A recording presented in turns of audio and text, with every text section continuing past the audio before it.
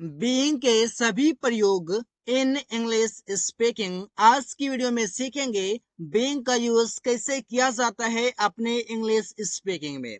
So guys, बहुत ही easy है use करना। समझिए कैसे यूज करना है।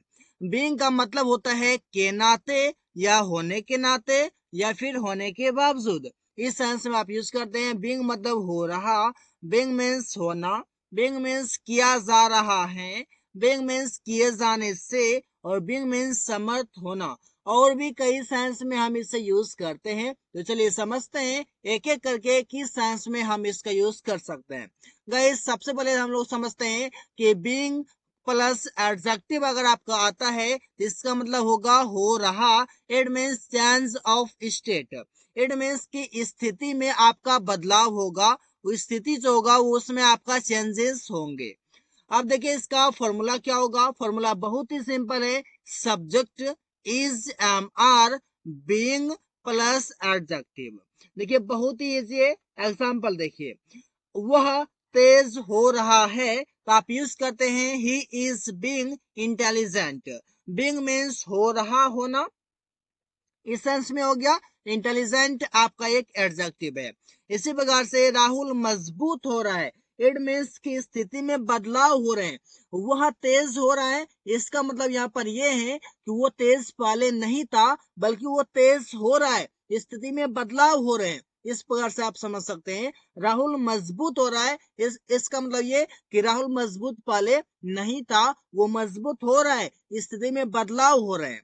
इस बार से राहुल इज बीइंग स्ट्रॉन्ग। इसी बार से पल्लवी मोटी हो रही है। Pallavi is being fat. आज यहाँ पर पल्लवी जो मोटी हो रही है, पहले ये मोटी नहीं थी, लेकिन अब मोटी हो रही है। इस पर से आप बोल सकते हैं वे लोग आलसी हो रहे हैं। They are being lazy. अब देखिए यहाँ पर बीइंग के बाद आपका यहाँ पर लेजी आ गया। लेजी भी आपका एक एडजेक्टिव होता है, जो कि आप यहाँ पर समझ सकते हैं। इसी प्रकार से गाइस, जहां पर आपने इज, एम, आर इसका यूज किया है, उस जगह पर आप वोज या वर का यूज करके आप बता सकते हैं कि कोई काम पास्ट में हो रहा था। ऐसे कि वो तेज हो रहा था, है के जगह पर आपका था आ जाएगा। इस पर से लड़की रहेगी तो थी आ जाएगी, और एक से अधिक रहेंगे तो थे आ जाएंगे लास्ट में। वो तेज हो रहा था, he was being intelligent। इस की जगह पर आप was यूज करेंगे, और आर के जगह पर आप वर का यूज करेंगे। इसी बार से पल्लवी मोटी हो रही थी तो हो जाएगा Pallavi was being fat। Rahul मजबूत हो रहा था, राहुल was being strong। वे लोग आलसी हो रहे थे, they were being lazy। इस पर से आप सेंटेंस को इजिली बना सकते हैं। आगे हैं बीइंग का मतलब समर्थ होना। समर्थ होने के सेंस में आप यूज करते हैं बीइंग को बहुत ही इजी वे में। आप समझते हैं इसका क्या फॉर्मूला है। फॉर्मूला है कि आपका सब्जेक्ट आएगा इज, एम, आर, इसके बाद आपका आ जाएगा बीइंग, और बीइंग के तुरंत बाद आपका यूज होगा एबल टू। एबल टू का यूज करेंगे, इसके बाद वर्ब का फर्स्ट फॉर्म और लास्ट में एक ऑब्जेक्ट, जो कि बहुत ही इजी वे में हम समझते हैं। एग्जाम्पल देखिए, जैसे तुम लोग अंग्रेजी बोलने में समर्थ हो रहे हो। समर्थ हो रहे हो तो सेंटेंस बनेगा you are being able to speak English. You are being, तुम लोग हो रहे हो, एबल टू स्पीक इंग्लिश, अंग्रेजी बोलने में समर्थ। इस प्रकार से आप समझ सकते हैं वे लोग उस काम को करने में समर्थ हो रहे हैं, मतलब कि पहले समर्थ नहीं थे, वो हो रहे हैं। इस पर हो जाएगा कि they are being able to do that work. It means उस काम के लिए आप यूज करते हैं दैट वर्क। आप जहां पर इज मार्क का यूज करते हैं गाइस, आप उस जगह पर आप यूज कर सकते हैं बहुत ही इजी वे में। आप इसे रिप्लेस कर सकते हैं वोज वर्ड से।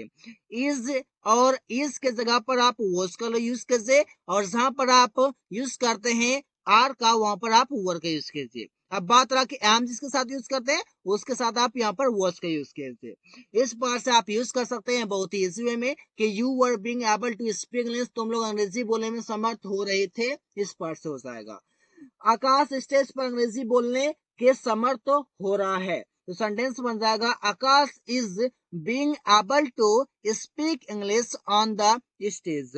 On the stage means stage पर, इस प्रकार से आप समझ सकते हैं, बहुत ही इजी वे में सेंटेंस बनाए जाएंगे। रिया खाना पकाने के समर्थ हो रही है, खाना पकाने में समर्थ हो रही है। मैं भी आप बोल सकते हैं अंग्रेजी बोलने में समर्थ हो रहा है या फिर खाना पकाने में समर्थ हो रही है, इस पर से आप बोल सकते हैं। तो सेंटेंस बनेगा Riya is being able to cook food. Riya खाना पकाने में समर्थ हो रही है।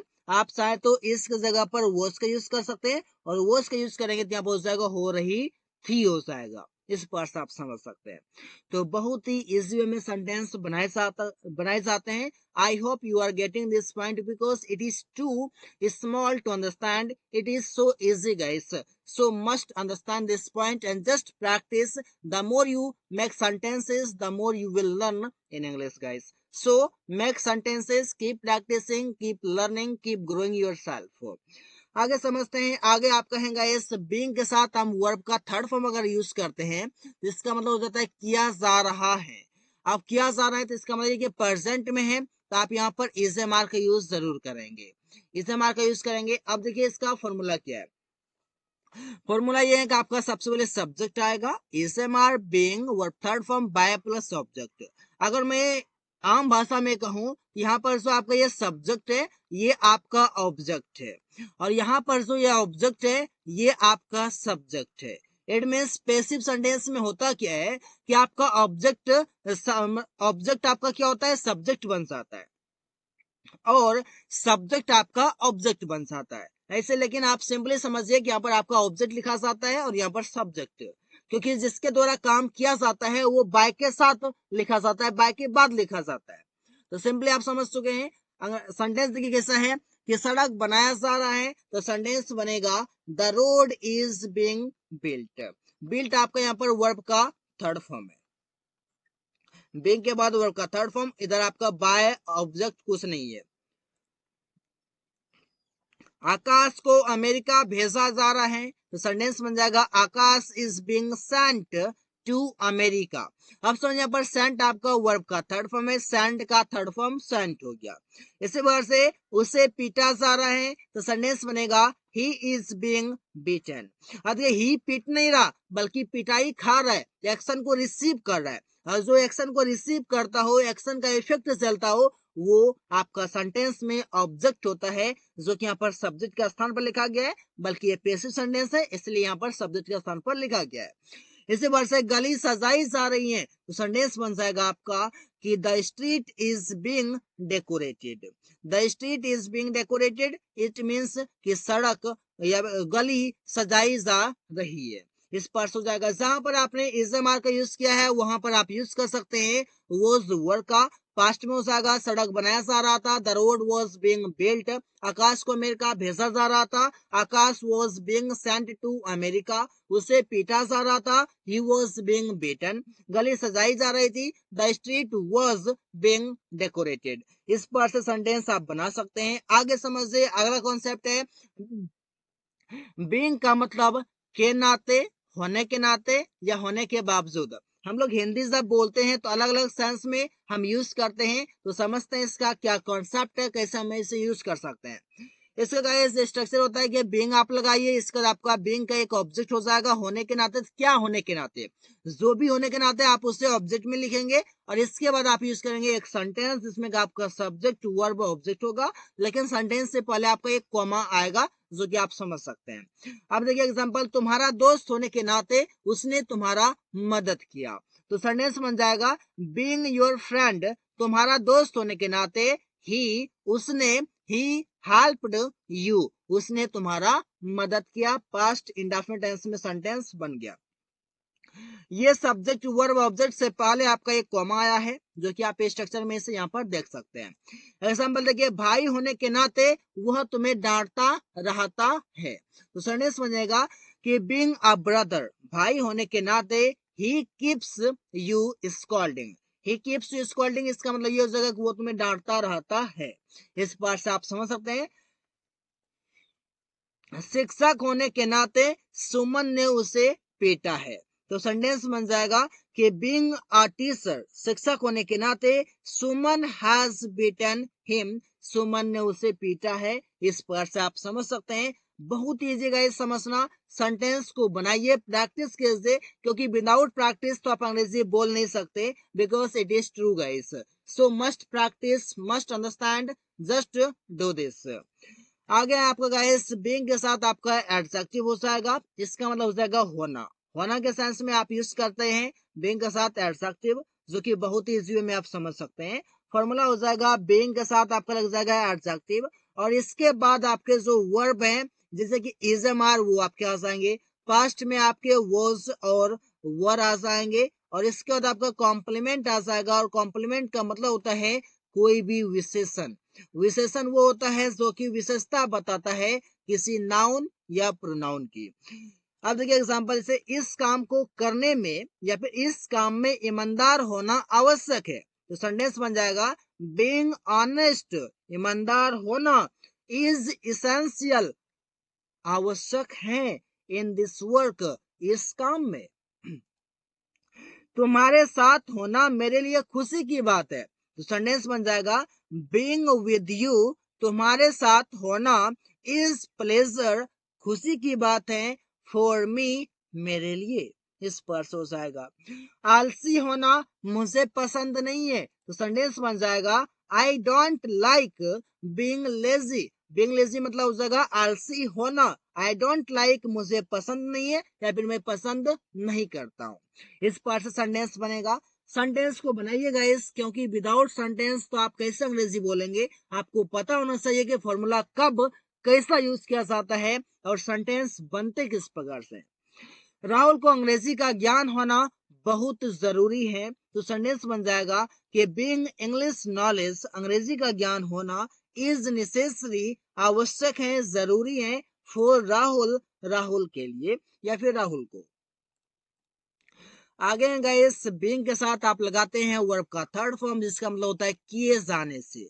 इस सेंस में आप यूज करते हैं बीइंग का। अब देखिए इसका फॉर्मूला क्या है। फॉर्मूला तो आपका बहुत ही इजी है कि आपके यहाँ पर सेंटेंस में जैसे आएंगे, यहाँ पर अलग अलग सेंटेंस आएंगे, इसलिए फॉर्मूला नीड नहीं है यहाँ पर, लेकिन आप सेंटेंस में समझ जाएंगे।